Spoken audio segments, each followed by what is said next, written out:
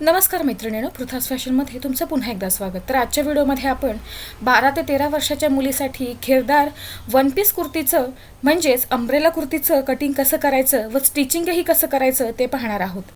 तर यासाठी आपल्याला 2.5 मीटर फॅब्रिक लागणार आहे. हे कॉटन फॅब्रिक आहे आणि ते संपूर्ण 2.5 मीटरचं आहे. ही त्याला असलेली बॉर्डर आहे जी मी नंतर कट करून आणि फ्रिल म्हणून अटॅच करणार आहे. आता अप्पर पार्टसाठी ते फॅब्रिक घेतलेलं आहे. तर त्यासाठी फ्रंट आणि बॅक दोन्ही पार्टचं कटिंग करायचं आहे, म्हणून त्यानुसार मी ते फॅब्रिक कट करून घेतलेलं आहे लेंथ वाईज. तर इथे बंद बाजूकडून मापं टाकायची आहेत. संपूर्ण जी उंची आहे ती 13 इंच आहे. याच्यामध्ये 1 इंच मी एक्स्ट्रा शिलाई मार्जिन घेतलेलं आहे.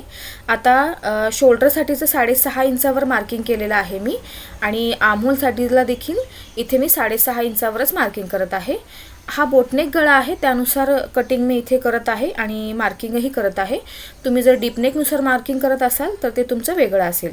आता 28ची माझी चेस्ट आहे, तर 7 इंचावर माझा चेस्टचा चौथा भाग येतो आणि अर्धा इंच इथे मी लुझिंगसाठी घेतलेला आहे. तर 7.5 इंचावर मार्किंग करून 2 इंच शिलाई मार्जिनसाठी इथे घेत आहे. आता तुम्ही इथे 1.5 इंच किंवा 1 इंच देखील घेऊ शकता.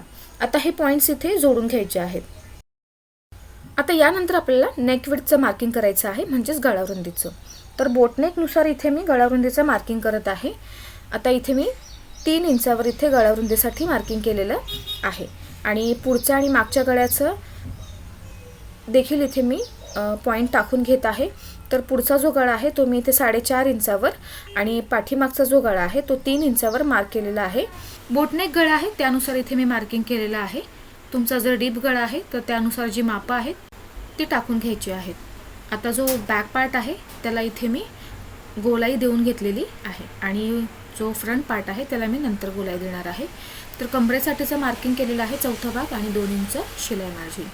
तर आता वरचे दोनही पॉईंट खालच्या 2 पॉईंटला जोडून घेतलेले आहेत. आता याच्यानंतर आपल्याला इथून 1 इंच किंवा 0.75 इंचावर मार्किंग करायचं आहे. तर इथे मी 0.75 घेतलेला आहे आणि या पद्धतीने कर्वशेप काढून घेतलेला आहे. आता बोटनेक आहे तर या पद्धतीने टेप ठेवून मार्किंग करायचं आहे अशा पद्धतीने.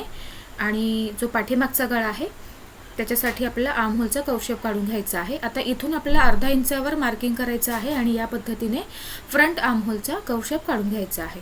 वरच्या बाजूला अर्धा इंच आपलं मार्किंग करून आणि या पद्धतीने शोल्डर स्लोप काढून घ्यायचा आहे. आता मी हे कट करून घेत आहे. तर पाठीमागच्या मुंढापासून कट करून घेतलेला आहे. आता या दोनही पार्टमधून जो बॅक पार्ट आहे आणि फ्रंट पार्ट या दोघांना वेगळं करायचं आहे आणि फ्रंट पार्टला आपल्याला इथे काढून घ्यायचं आहे. तर आता इथे फ्रंट पार्ट मी काढून घेतलेला आहे. त्या पद्धतीने इथे मी लिहूनही घेत आहे म्हणजे समजायला सोपं जाईल. आणि जो आर्महोलचा कर्वशेप आहे तो इथे मी कट करून घेत आहे आणि इथे गळ्याच्या बाजूला गोलाई देऊन ती देखील कट करून घेत आहे. तुम्ही जो काही गळ्याचा शेप असेल त्यानुसार इथे आकार देऊन आणि कट करून घ्यायचा आहे. आता इथे संपूर्ण जे फॅब्रिक आहे ते इथे मी पसरून घेतलेलं आहे. त्याच्या आधी मी इथे जी आपली बॉर्डर आहे ती इथे मी कट करून घेत आहे. तर हीच बॉर्डर आपल्याला फ्रिल म्हणून जोडून घ्यायची आहे. तर आता हिला मी बाजूला ठेवणार आहे. ही किती आहे तर माझी ही 8 इंच आहे. आता हिला साईडला ठेवून घेणार आहे. आता याच्यानंतर आपल्याला जे उरलेलं फॅब्रिक आहे ते फॅब्रिक या पद्धतीने मी पसरून घेतलेलं आहे. ती ओपन बाजू आणि ही बंद बाजू आहे. तर यामध्ये आपल्याला बंद बाजूकडून फोल्ड द्यायचा आहे या पद्धतीने. आता जो अप्पर पार्ट आपण चोळी पार्ट कट केलेला आहे त्याला या पद्धतीने ठेवायचं आहे आणि आता आपल्याला मार्किंग करायचं आहे. याच्यानंतर जी लेंथ आहे तर माझी जी बॉर्डर आहे तिला गृहीत धरून इथे मी लेंथचं मार्किंग करत आहे. तर माझी बॉर्डर इथे ही 8 इंचाची आहे. तर 8 इंच प्लस इथे मी 22 इंचावर मार्किंग करत आहे.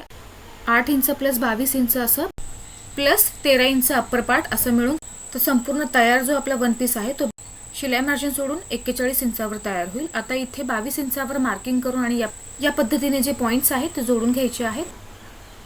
आता हे मी कट करून घेतलेलं आहे. याच्यानंतर जो पार्ट आहे कट केलेला तो या पद्धतीने आपला तयार होतो. तर आता इथे ही बंद बाजू आहे तिथे मी कट करून घेत आहे आणि हे दोनही पार्ट आपले इथे रेडी आहेत, एक बॅक पार्टसाठी आणि फ्रंट पार्टसाठी. आता आपल्याला इथे पट्टी लावून घ्यायची आहे दोन्ही पार्टला गळ्यासाठी. 2 इंच रुंदीची पट्टी घेतली आहे आणि लांबी आवश्यकतेनुसार घेऊन इथे मी अटॅच केलेली आहे, तुम्ही बघू शकता. व्हिडिओ मोठा होईल म्हणून इथे मी तुम्हाला डायरेक्टली शिवलेलंच दाखवत आहे, स्टिच केलेलं. आता आपल्याला हे दोनही पार्ट अटॅच करून घ्यायचे आहेत.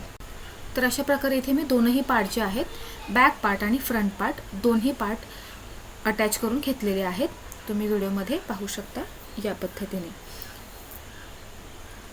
तर हा आपला फ्रंट पार्ट आहे. आता याच्यानंतर काय करायचं आहे, माझ्या ड्रेसची जी बॉर्डर होती तिला इथे मी फ्रिलमध्ये कन्वर्ट करून घेतलेलं आहे आणि ती दोन्ही पार्टला म्हणजे बॅक पार्ट आणि फ्रंट पार्टला खाली जोडून घेतलेली आहे.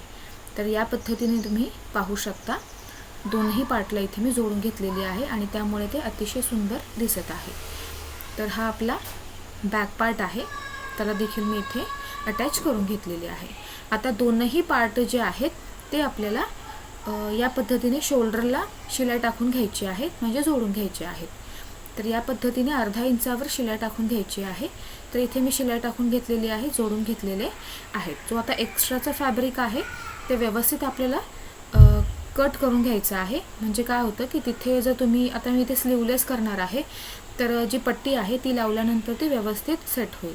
तर इथे मी 2 इंचाची दोन्ही साईडला पट्टी अशी विड्थमध्ये आणि लेंथमध्ये तुम्हाला आवश्यक असेल तेवढी घेऊन कट केलेली आहे आणि लावून देखील घेतलेली आहे. तुम्ही व्हिडिओमध्ये पाहू शकता. तर अशा पद्धतीने आता मी इथे जे मार्किंग आहेत फिटिंगचे ते याच्यावर मी शिलाई टाकल्यानंतर टाकून घेणार आहे. तर दोन्ही बाजूला व्यवस्थित आपल्याला शिलाई टाकून घ्यायची आहे. तर आता इथे मी शिलाई टाकलेली आहे दोन्ही बाजूला आणि तुम्ही पाहू शकता आपला जो वन पीस फ्रिल्ड अंब्रेला जो कुर्ती आहे ती अतिशय सुंदर दिसत आहे आणि खालची जी फ्रिल आहे त्याच्यामुळे तिचा लुक आणखीनच छान दिसत आहे. तुम्हाला व्हिडिओ कसा वाटला ते नक्की सांगा. चॅनलला लाईक, शेअर आणि सबस्क्राईब करायला विसरू नका. भेटूयात पुढच्या व्हिडिओमध्ये. तोपर्यंत धन्यवाद.